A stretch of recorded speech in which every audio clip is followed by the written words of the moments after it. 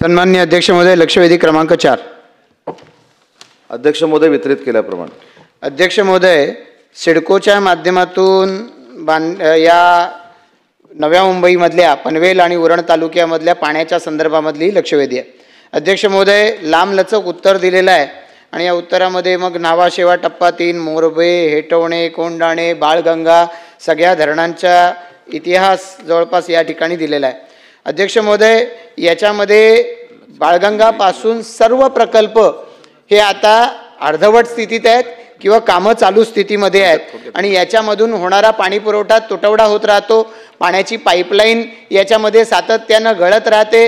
2-2, 3-3 दिवस पाणी बंद केलं जातं आणि प्रचंड संताप या ठिकाणच्या खारघर, कामोठा, तळोजा, कळंबोली, पनवेल, उलवा, करंजाडे, द्रोणागिरी सर्व वसाहतींमध्ये तुटवडा आहे. अध्यक्ष महोदय, इथले नागरिक मध्यमवर्गीय आहेत, कदाचित कुटुंबामधले दोघंही कामावरती जातात आणि मग अशा वेळेला पाणीच नसेल, आंघोळच करू शकत नाही अशी स्थिती आहे.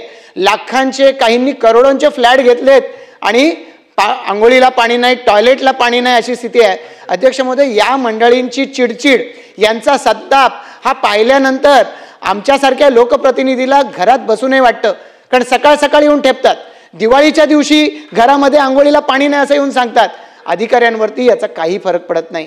अध्यक्ष महोदय, वरिष्ठ, बरोबर आहे, मी आता त्याच्या प्रश्नाकडेच येतोय. वरिष्ठ अधिकारी या बाबतीमध्ये पूर्णपणानं उदासीन आहेत आणि केवळ वेळ मारून नेतात. आम्ही असं केलंय, आम्ही तसं केलंय, हे धरण बांधतोय, ते धरण बांधतोय. अध्यक्ष महोदय, यांनी सोल्युशन निघत नाही. लोकांना आज पाणी हवंय, तुम्ही 2 वर्षांनी पाणी द्याल, उद्याच्या दिवशी पाणी येणार आहे सांगितलं तर आज काय करू हा प्रश्न आहे. अध्यक्ष महोदय, डिस्ट्रीब्युशनच्या बाबतीमध्ये सिडकोचा पूर्णपणानं आनंद आहे. उत्तरात म्हटलंय टाटा कन्सल्टन्सी नेमली. त्या टाटा कन्सल्टन्सीनं काय केलंय का त्यांनी पण असेच पैसे खाल्लेत. एअर इंडियामध्ये झालंय, इथं सुद्धा टाटा कन्सल्टन्सीच्या प्रत्यक्ष रेप्युटेशन हे स्टेकला लागलेलं आहे. अध्यक्ष महोदय, या सर्व डिस्ट्रीब्युशनमध्ये पाईपलाईनची दुरुस्ती करणारे, पंप हाऊस चालवणारे, टँकर पुरवणारे, हे कॉन्ट्रॅक्टर, यांचे इंजिनियर सगळे मिळून पैसे खातात. मोठे मोठे करोडोंचे यांचे फ्लॅट होतात आणि वरच्या अधिकाऱ्यांना याच्याशी काही घेणं देणं नाही. अध्यक्ष महोदय, डिस्ट्रीब्युशनच्या बाबतीमध्ये ऑटोमायझेशन केलं पाहिजे. आम्ही मागणी करून करून थकलो. सिडकोच्या अधिकाऱ्यांवरती काही फरक पडत नाही. अध्यक्ष महोदय, माझा प्रश्न आहे पहिला, ऑटोमायझेशन करणार असं सांगितलं जातं. आता त्या चाव्या फिरवून आपले अधिकारी जिथे राहतात तिथं भरपूर पाणी आणि बाकीच्या ठिकाणी पाणीच नाही. ठराविक सेक्टर्समध्ये पाणी मिळत नाही. हे सगळं बंद करायचं असलं, ऑटोमायझेशन शिवाय पर्याय नाही. हे ऑटोमायझेशन किती कालावधीमध्ये करणार? कारण अध्यक्ष महोदय, याच्याशिवाय याच्यामध्ये दुसरा कुठलाही पर्याय नाही. टँकरची व्यवस्था, टँकर तर पर्याय आहे व्यवस्था, पाईपलाईननीच पाणी गेलं पाहिजे. त्यासाठी तुम्ही करोडो रुपये प्रत्येक इमारतीच्या कडून शुल्क वसूल केलंय. मग या ठिकाणी ही सगळी व्यवस्थाच फॉल्टी आहे. त्यामुळे खूप या ठिकाणी याच्या पूर्वी बोलून झालंय, तिथे प्रत्यक्षरित्या जागेवर बोलून झालंय. मग अशा वेळेला जर यांची वितरण व्यवस्था ठीक नाही, यांची पुरवठा यांचा ठीक नाही, तर अशा वेळेला या वसाहती वाढत चालल्या आहेत. प्रधानमंत्री आवास योजनेची 90,000 घरं या सगळ्या वसाहतींमध्ये उभी राहत आहेत आणि मग त्यांना कुठून पाणी देणार? रोज नवी इमारत होते, लोकप्रतिनिधींकडे ते जातात का आम्हाला पाणी मिळत नाही. मग यापेक्षा सिडकोनं नव्या CC, नव्या OC या देणं थांबवलं पाहिजे. हाच याच्यावरचा उपाय. अध्यक्ष महोदय, किती उत्तरं मंत्री महोदयांना व अधिकाऱ्यांनी दिलेली असतील, सांगितली असतील, पण हा केवळ वेळ काढूपणा आहे आणि त्या ठिकाणी लोक संतप्त आहेत, रस्त्यावरती वारंवार येत आहेत. आम्हाला सुद्धा एका ठिकाणी एका स्टेजवर येऊन आपली आमदारकी सोडून द्यावी लागेल. पण ही चिडचिड अधिकाऱ्यांना कळत नाही आणि त्यामुळे या बाबतीमध्ये शासनानं गंभीर झालं पाहिजे. बोलून उपयोग होत नाही. CC OC थांबवणं हाच पर्याय. तेव्हाच वरच्या अधिकाऱ्यांना याची झळ कळेल. मग CC OC जोपर्यंत सगळ्या व्यवस्था पूर्णपणानं नीट होत नाही, लोकांना पाणी मिळत नाही, तोपर्यंत थांबवणार का? आणि त्या थांबवायच्या नसल्या तर आमदारांचे राजीनामे मागणार का? हा दुसरा प्रश्न आहे. सन्माननीय अध्यक्ष महोदय, सन्माननीय प्रशांत ठाकूर साहेबांनी सिडकोच्या संदर्भामध्ये जो प्रश्न तीव्र भावना मांडलाय तो तीव्र भावना आक्रमक पद्धतीने मांडलेला आहे. त्याची दखल शासन म्हणून आम्ही नक्की घेणार आहोत. आणि सगळ्यात महत्त्वाचा मुद्दा त्यांनी सांगितलं की तुम्ही काही करा, परंतु मॅन्युअली जी काही सिस्टीम आहे हे बंद करून ऑटोमायझेशनकडे जोपर्यंत आपण जात नाही तोपर्यंत याच्यावर काहीही पर्याय निघू शकत नाही.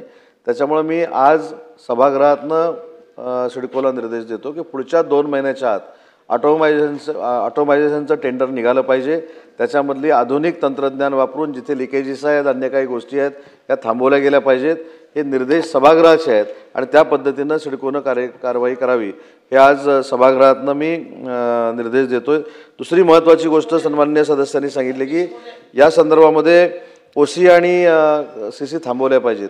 तर मला असं वाटतं की हे संयुक्तिक होणार नाही, परंतु पाण्याची जी काही पातळी असेल, पाण्याचा जो पुरवठा असेल, पाण्याचं जे स्टोरेज असेल, त्याच्यामध्ये आता जर आपण बघितलं तर 319 MLD पाणी हे आपण आता सप्लाय करतो, 23 MLDचा फरक आहे. सन्मान्य सदस्यांनी सांगितलेली वस्तुस्थिती खरी आहे की काही जे 2 वर्षानंतर प्रकल्प होणार आहे ते 2 वर्षानंतर प्रकल्प होईपर्यंत पाण्यासाठी थांबायचं का, हे सगळं सकारात्मक त्यांचं बरोबर आहे. त्याच्यामुळे जोपर्यंत याचं ऑटोमायझेशन होत नाही तोपर्यंत त्याला पर्याय निघत नाही आणि 2 महिन्याच्या आत ऑटोमायझेशनचं टेंडर काढण्याचे निर्देश आजच दिले जातील. लोक रोज नवीन CC देणार, इमारतींना प्लॉट विकणार, त्या ठिकाणी लोक राहायला येणार आणि पाण्याची मात्र व्यवस्था करणार नाही, तर हा विषय संपूच शकत नाही. हे 2 महिन्याचं उत्तर माननीय मंत्री महोदयांनी दिलं, मी त्यांचा आभार मानतो. पण त्यांना ही वस्तुस्थिती त्यांच्यापासून लपवली जाते. हे गेले 6 महिने हे टेंडर निघतंय. मी तर गेल्या वर्षभरापासून मागणी करत होतो. टाटा कन्सल्टन्सीचा रिपोर्ट येऊन यांच्याकडे 1.5 वर्ष झालेला आहे. का करत नाहीत? पैशाची कमतरता आहे का? उद्या त्या ठिकाणी सिडको करोडोंचे प्रकल्प करते, एअरपोर्ट बांधताय तुम्ही, तिथे येणाऱ्या वसाहतींचा पुढे काय चित्र राहणार आहे? अध्यक्ष महोदय, सिडकोची, शासनाची, दोन्हीची बदनामी होते आणि त्यामुळे थांबवलं पाहिजे कुठेतरी. त्याशिवाय प्रशासन काम करणार नाही. या CC OC थांबवणं ही आवश्यकता आहे. आणि मी म्हणालो अध्यक्ष महोदय, माझा दुसरा प्रश्न होता की हे शक्य नसलं तर लोकप्रतिनिधी म्हणून राहण्याचा आम्हाला अधिकार नाही.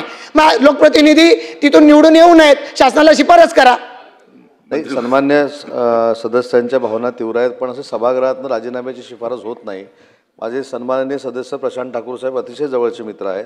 मी त्यांना एवढंच आश्वस्त करू इच्छितो की 2 महिन्यामध्ये ऑटोमायझेशनचं जर टेंडर